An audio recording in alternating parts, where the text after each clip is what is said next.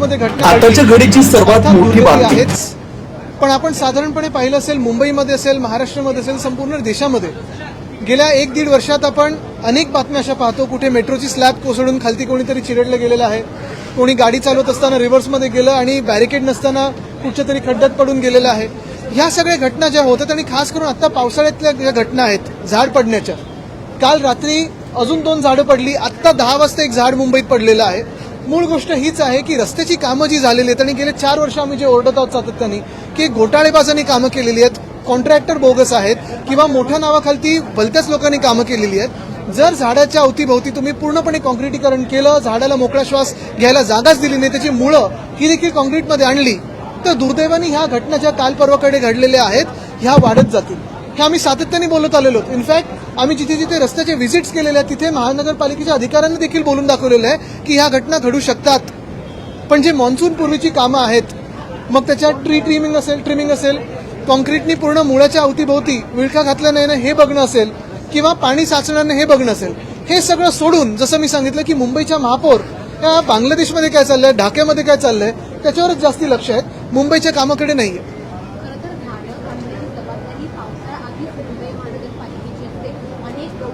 Tree ट्रिमिंगचं असेल, नालेसफाईचं असेल, अनेक आमदार सातत्याने बोलत आहेत, आम्ही देखील बोलत आहोत.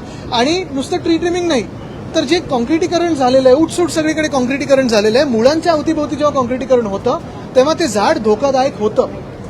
हा बेसिक कॉमन सेन्स आत्ताच्या शासनामध्ये नाहीये.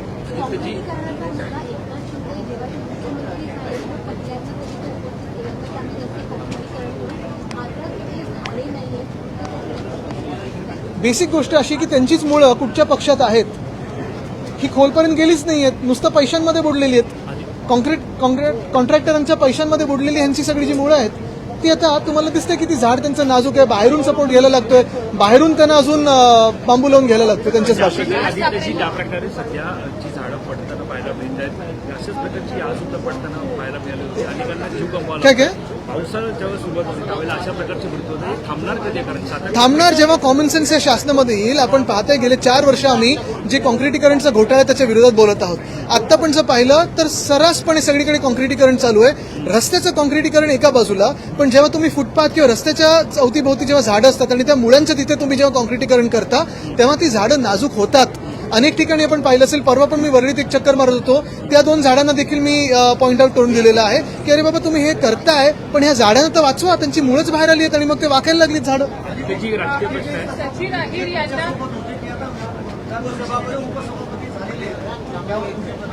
त्याच्यात प्रतिक्रिया काय? महत्वाची गोष्ट म्हणजे मिंदेंच्या पक्षामध्ये जे खूप इच्छुक होते, आता त्याच्यात कॅटेगरीज आहेत, ज्युनियर गद्दार कोण, सिनियर गद्दार कोण, सुपर सिनियर गद्दार कोण. आता मिंदेंच्या टोळीमध्ये जे कोणी पळून गेले होते ते आता विचारतात आम्हाला कधी काय मिळणार.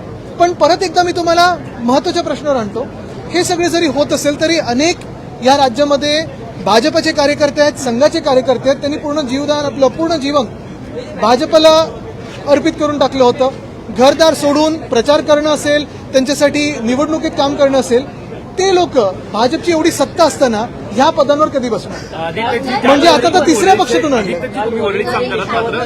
थेटपणे असं म्हटलं जातं की वरळीमध्ये आता थेट लढत होईल कारण सचिन यांचा शिवसेनेमध्ये प्रवेश. अरे यावरती मत काय? कारण माझं मत बिलकुल नाही. आमचं काम आहे आणि काम बोलतं. आमचं सगळी जी कामं आहेत ती वरळीकरांना माहिती आहे. विचार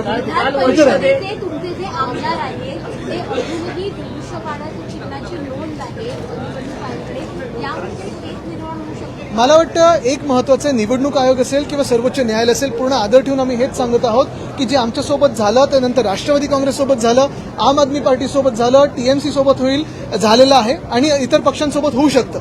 पण ही जी काही चिंधडे उडवलेल्या आहेत लोकशाहीच्या, ह्याच्यासाठी जबाबदार कोण आहे?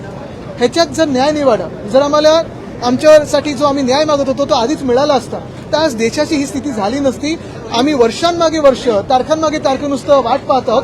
न्याय कधी मिळणार? आता 30 तारखेला तारीख आहे, पण वेळ मिळेल का आणि न्याय मिळेल का?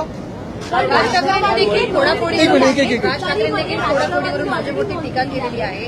त्यांचं असं म्हणणं आहे की पत्त्यांचा आता एक बंगला बांधला जातोय, सगळ्यात खालचा पत्ता मोदी आहे, ते जर एकदा निघाले की सगळे पत्ते खाली पडतील, बंगला सुद्धा पुढे. कसं? मुख्य गोष्ट हीच आहे, ते बोलतात ते एकदम अर्थात बरोबरच आहे, त्यांचं रिडिंग तर तुम्हाला माहितीच आहे. पण त्याच सोबत जे ऑपरेशन देवेंद्र चालू आहे ह्या महाराष्ट्रामध्ये, ते महाराष्ट्रालाच काय देशाला खूप धोकादायक आहे.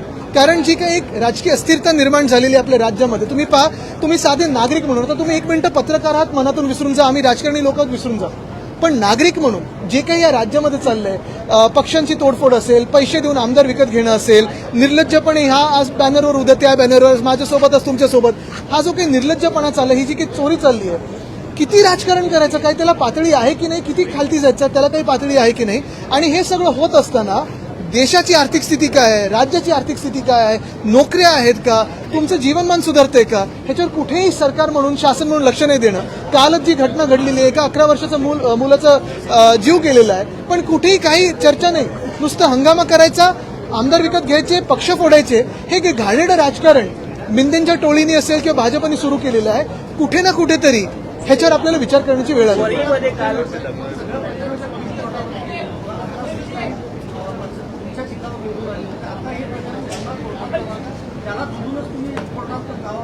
आता 30 तारखेची वेळ तर बघा, आता थोडी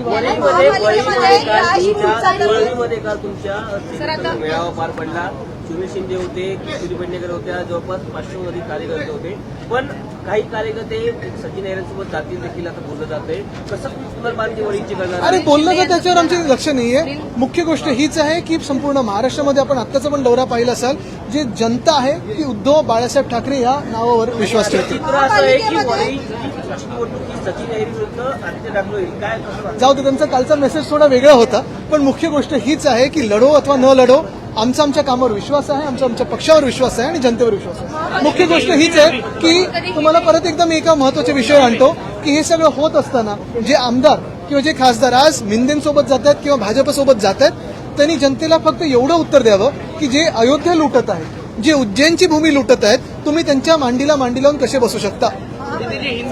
आदित्यजी, हे इंग्लिश पण आत्ताच विचारा, नंतर बाहेर नको. ते बघा थांबलेत तिथे. आदित्यजी, महापालिकेमध्ये आणखीन एक भ्रष्टाचार समोर आलेला आहे. ट्रॅश प्रणालीमध्ये घोटाळा होत असल्याचं समोर आलेला आहे, जो समुद्रकिनारी रीत असतो त्यामध्ये अधिकारी आणि जे कर्मचारी आहेत मोठ्या प्रमाणामध्ये भ्रष्टाचार करत असल्याचं समोर आलं. भ्रष्टाचाराची अनेक प्रकरणं आम्ही लोकांसमोर आणलेली आहेत, पण ह्या शासनामध्ये जर भ्रष्टाचार तुम्ही केला, भाजपच्या सत्तेत जर तुम्ही भ्रष्टाचार केला, तर तुम्हाला मंत्री बनायला किंवा मुख्यमंत्री बनायला अधिकची संधी असते. तर त्या अधिकाऱ्यांनी लवकरात लवकर भाजपाच्या वॉशिंग मशीनमध्ये ऍप्लिकेशन द्यावं. ते कदाचित ऑपरेशन देवेंद्र फडणवीस नंतर मुख्यमंत्री बनू शकतात. त्याच्यावर मी असं पत्र आता अध्यक्षांना मी लिहिणार आहे, कारण हा सायबर क्राईम आहे. आमदारांचं स्वतःचं फेशियल रेकग्निशनसाठी कुठेही कन्सेंट न घेता तुम्ही आमचं फेसेस म्हणजे आमचे चेहरे वापरलेले आहात, त्याच्यावरनं फेशियल रेकग्निशन करतात. पण उद्या जर ह्याचा डीप फेक झाला किंवा कोणाचा बँक अकाउंट किंवा कोणाचा फोन हॅक झाला, तर ह्याला जबाबदार कोण असतील? अध्यक्ष असतील का, ज्यांनी निर्णय घेतला, की कुठच्या कंपनीकडे आहे, फायरवॉल काय लावले तुम्ही, पासकोड काय लावले, सिक्युरिटी काय, ह्याच्यावर खरं तर हे सायबर क्राईम आहे मोठं.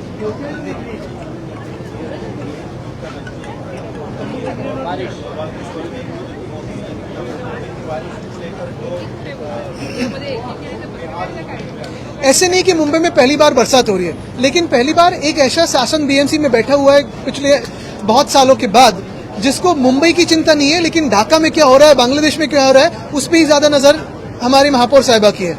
और यही बात दुर्भाग्यपूर्ण है कि वो हम जो पहले से बताते आए थे, हमारे जो एक्सपीरियंस है उनसे बताते आ रहे थे, कोई ना कोई तो सीख ले. रास्तों के काम कैसे होने चाहिए, सेफ स्टेज पे कैसे लाते हैं, या ये जो कल की घटना है वो कैसे ना हुए, लेकिन इनका ध्यान पूरा राजनीति कैसे हो, पोलराइजेशन कैसे हो, उसी पे है.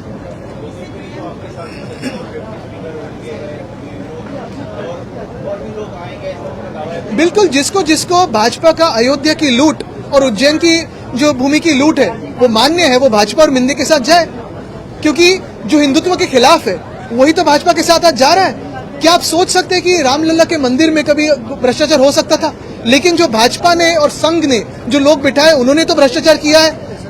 क्या आप सोच सकते थे कि मध्य प्रदेश के मुख्यमंत्री स्वयं वहां की भूमि की लूट कर सकते थे? लेकिन उन्होंने तो की है, ये तो मीडिया ने सामने लाया. तो जिन जिन को जो हिंदू विरोधी है वही भाजपा के साथ जा सकता है और मिंदे के साथ जा